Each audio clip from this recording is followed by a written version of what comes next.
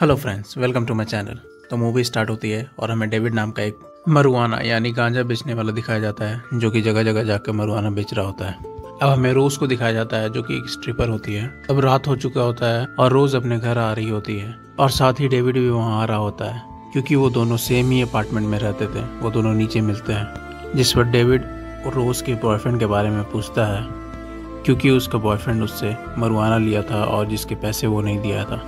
अब इनकी इस चीज़ पर बहस हो जाती है और रोज उसे सुनाते हुए अपने फ्लैट की तरफ ऊपर चली जाती है। तभी वहाँ पर नीचे के फ्लैट से केनी नाम का एक टीनेजर आता है और वो डेविड से बात करने लगता है और उससे मरुआना मांगता है, जिस पर केनी उसे बिल्कुल साफ मना कर देता है और कहता है कि मैं बच्चों को मरुआना नहीं बेचता। इन दोनों की बात ही चल रही होती है। अपार्टमेंट के बाहर कुछ लड़के एक लड़की को छेड़ रहे होते हैं। देख के केनी वहाँ पर चला जाता है उसे बचाने, पर क्योंकि केनी भी एक बच्चा होता है, वो लोग उसे भी मारते हैं और इन दोनों का बीच बचाव करने डेविड भी वहां आ जाता है। डेविड उन दोनों बच्चों को वहां बचा ही रहा होता है कि केनी उन लोगों को बता देता है कि डेविड एक मरुआना सेलर है। इतना जानते ही वो सारे लोग को चाकू दिखाकर उससे उसका बैग छीन लेते हैं, जिसमें वो बहुत सारा मरुआना रखे हुए होता है। डेविड का सारा मरुआना उसके पास नहीं होता है और वो बहुत ज़्यादा टेंशन में आ जाता है। इसके बाद उसका बॉस बर्ड उसे फ़ोन करने लगता है, पर वो उसका फ़ोन काटने लगता है। कुछ समय बाद ही बर्ड अपने दोनों बॉडीगार्ड को भेजता है, जो डेविड को किडनैप करके उसके सामने लेकर आ जाता है। अब डेविड अपने बॉस यानी कि बर्ड को बताता है कि उसके सारे मरुआना को किसी गली के गुंडे ने लूट लिया है और वो प्रॉमिस करता है कि वो धीरे धीरे उस पैसे को लौटा देगा। जिस पर बर्ड कहता है कि मुझे उस मरुआना का हिसाब अभी चाहिए, और अगर तुम इस मरुआना का पैसा मुझे नहीं दे सकते हो तो मैं तुम्हें एक काम देता हूँ। फिर वो एक मेक्सिको का एड्रेस दिखाता है और कहता है कि तुम्हें इस एड्रेस पे जाना है, मैं बताना है कि तुम्हें पाब्लो चिकॉन ने भेजा है। फिर वो तुम्हें ड्रग्स देंगे, जिसे लेकर तुम्हें मेक्सिको से अमेरिका आना है। सुनते ही डेविड पागल हो जाता है और वो कहता है कि मैं एक छोटा मोटा ड्रग पेडलर हूँ और तुम मुझे एक इंटरनेशनल स्मगलर बनने को कह रहे हो। क्योंकि डेविड के पास कोई ऑप्शन नहीं होता है, वो इसके लिए हाँ कह देता है और अपने घर को आ जाता है। फिर वो अपने अपार्टमेंट के बाहर केनी के साथ बैठा हुआ होता है और सोच रहा होता है कि कैसे वो वहाँ से ड्रग्स लेकर आएगा, कि तभी एक आरवी वहाँ पर आकर रुकती है, जिसमें एक छोटा सा परिवार होता है और वो उनसे जू का रास्ता पूछ रहा होता है। तभी वहाँ पर एक पुलिस ऑफिसर आता है और वो उन्हें बहुत हंसकर बात करता है और उन्हें जू का रास्ता बताता है, जिस पर डेविड को एक आइडिया आता है। वो सोचता है कि मैं भी एक नकली परिवार बना के मेक्सिको जाऊँगा और वहाँ से ड्रग्स लेकर आऊँगा, क्योंकि परिवार देखकर पुलिस उनसे ज़्यादा कुछ पूछताछ नहीं करती है। और ऐसा कह के वो सीधे रोज के पास पहुंचता है और उसे ये ऑफर देता है कि वो उसकी नकली बीवी बनकर मेक्सिको चले और वहां से थोड़ा सा ड्रग्स लेकर यहाँ अमेरिका आ जाए, जिस पर वो साफ साफ मना कर देती है। फिर वो लौटकर अपने घर आने लगता है कि फ्लैट के नीचे ही केनी बैठा हुआ होता है और वो कहता है कि कोई बात नहीं, हम दोनों एक बाप बेटे बन के चलेंगे। जिस पर डेविड कहता है किसी भी तरीके से एक लड़की का होना जरूरी है। ये सुनते ही केनी कहता है कि मेरे पास एक लड़की है। केनी डेविड को उसी लड़की से मिलाता है जिस लड़की को उस रात कुछ लड़के छेड़ रहे थे। इसका नाम केसी होता है। डेविड केसी से सौदा करता है और वो $1000 में ये काम करने के लिए तैयार हो जाती है। इस पर डेविड केनी को कहता है कि आज से केसी तुम्हारी छोटी बहन। फिर सीन शिफ्ट होता है और हमें रोज को दिखाया जाता है, जिसके घर के बाहर नोटिस लगा हुआ होता है, क्योंकि वो बहुत समय से अपने रूम का रेंट नहीं दे रही होती है। मालिक उसे वहाँ से निकाल चुका होता है। उधर डेविड केनी और केसी को लेकर एक मेकओवर सेंटर में जाता है और उन दोनों के हुलिये को बदलने के लिए कहता है। अब ये तीनों सच के परिवार लग रहे थे और तीनों एयरपोर्ट के लिए निकल जाते हैं। तीनों मेक्सिको की फ्लाइट में बैठे ही हुए होते हैं कि तभी रोज वहाँ उस फ्लाइट में आ जाती है। देखकर डेविड बहुत खुश होता है। फिर रोज को अपनी 2 नकली बच्चों से मिलवाता है। अब ये चारों मेक्सिको पहुँचते हैं, जहाँ ये एयरपोर्ट के बाहर अपनी गाड़ी का वेट कर रहे होते हैं, जिस पर उन्हें एक बड़ी सी आरवी आते हुए दिखती है उनके लिए।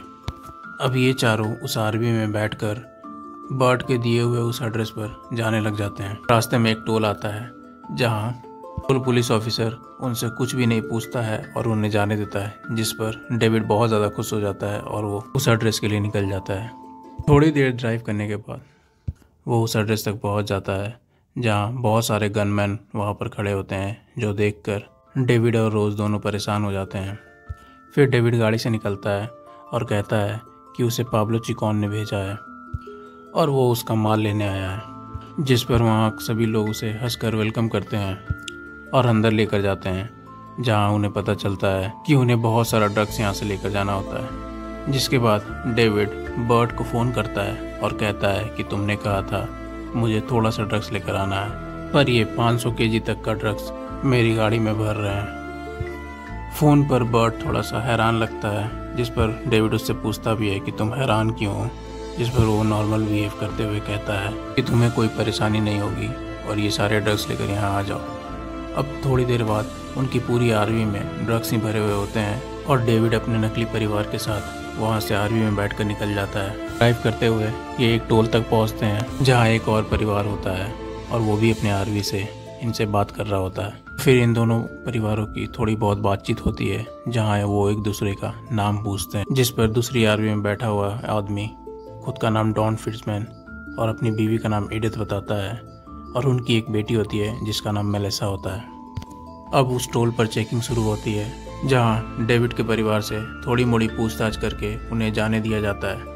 अब डेविड और बाकी लोग बहुत ज़्यादा खुश होते हैं क्योंकि वो 500 केजी ड्रग्स अमेरिका की तरफ लेकर आ रहे होते हैं। अब सीन शिफ्ट होता है और हमें वही ड्रग्स का अड्डा दिखाया जाता है जहाँ असली पैब्लो चिकोल आता है और हमें यहाँ पर पता चलता है कि बर्ड ने डेविड को भी धोखा दिया है और उसे झूठ कहा है कि वही पैब्लो चिकोल है, बल्कि असल में कोई दूसरा ही पैब्लो चिकोल है और डेविड किसी और का माल वहाँ से लेकर आ रहा होता है। पैब्लो चिकोल उस डेविड का पीछा करने के लिए अपनी गाड़ी में निकल जाता है। उधर इन सब से दूर डेविड का परिवार रास्ते को एंजॉय करते हुए अमेरिका की तरफ निकल जा रहा होता है, पर थोड़ी देर के बाद ही उनकी आरवी से धुआं निकल जाता है और उनकी गाड़ी वहीं खराब हो जाती है।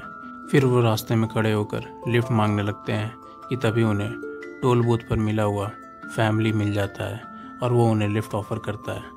फिर वो अपनी आरवी को उनके आरवी के पीछे लगाकर उनके आरवी में बैठ जाते हैं और किसी पास के गैराज के लिए निकल जाते हैं।